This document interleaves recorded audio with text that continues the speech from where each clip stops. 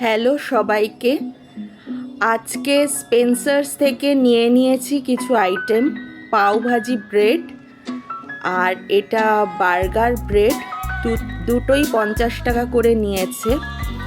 আর তার সাথে নিয়ে নিয়েছিলাম এই আঙুরের বক্সটা, এটা 84 টাকা নিয়েছে। তো আজকে মা বাড়িতে বানাচ্ছে পাওভাজি। তো প্রথমেই নিয়ে নিয়েছে সব সবজি, পেঁয়াজ, টমেটো, বিনস, মটরশুঁটি, সবগুলোকে একটু তেলে ভেজে নিচ্ছে। তারপর এতে আদা রসুন পেস্ট, যেটা ঘরেই বানানো, সেটা দিয়ে দিল এবং সেটা ততক্ষণ অবধি চলবে যতক্ষণ না তেল ছাড়ে। এরপর এটাকে ঢাকা দিয়ে দিল মা। তারপর ঢাকা সরিয়ে মাঝে মাঝে এটাকে নাড়তে হবে যতক্ষণ না এই সবজিগুলো থেকে তেল বেরোচ্ছে। এবার ঘরেই বানানো আমাদের পাওভাজি মশলা, সেটা দেখে নাও, রেসিপি চাইলে আমি দিয়ে দেব। তারপর সেদ্ধ করে রাখা এবং স্ম্যাশ করা তরকারিগুলো এই ভাজা সবজির মধ্যে দিয়ে মা নাড়িয়ে নিচ্ছে। কনসিস্টেন্সিটা দেখে নাও, কনসিস্টেন্সিটা খুবই সুন্দর আসছে। আর এর মধ্যে হলুদ গুঁড়ো আর লাল লঙ্কার গুঁড়ো দিয়ে আবার এটাকে নেড়ে নিতে হবে।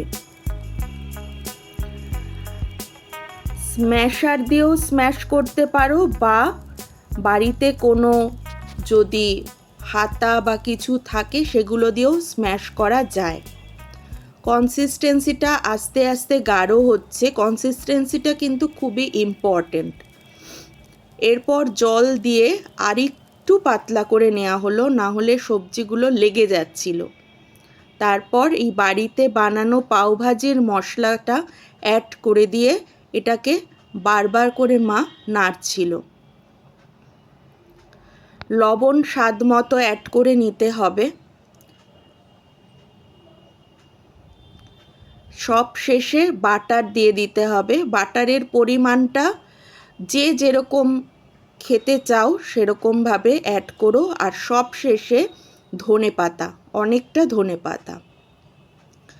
বারবার নেড়ে কনসিস্টেন্সিটা দেখো, একদম, এটা কিন্তু খুবই ইম্পর্টেন্ট, একদম যেমন দোকানে হয় ঠিক সেরকম চলে এসেছে।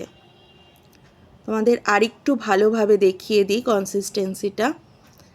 এরপর রাত্রেবেলা ব্রেডের সাথে দারুণ জমিয়ে খেলাম এটা। আমার ফার্স্ট কুকিং ভিডিও কেমন লাগলো জানিও, আর ভালো লাগলে সাবস্ক্রাইব করে দিও। টাটা।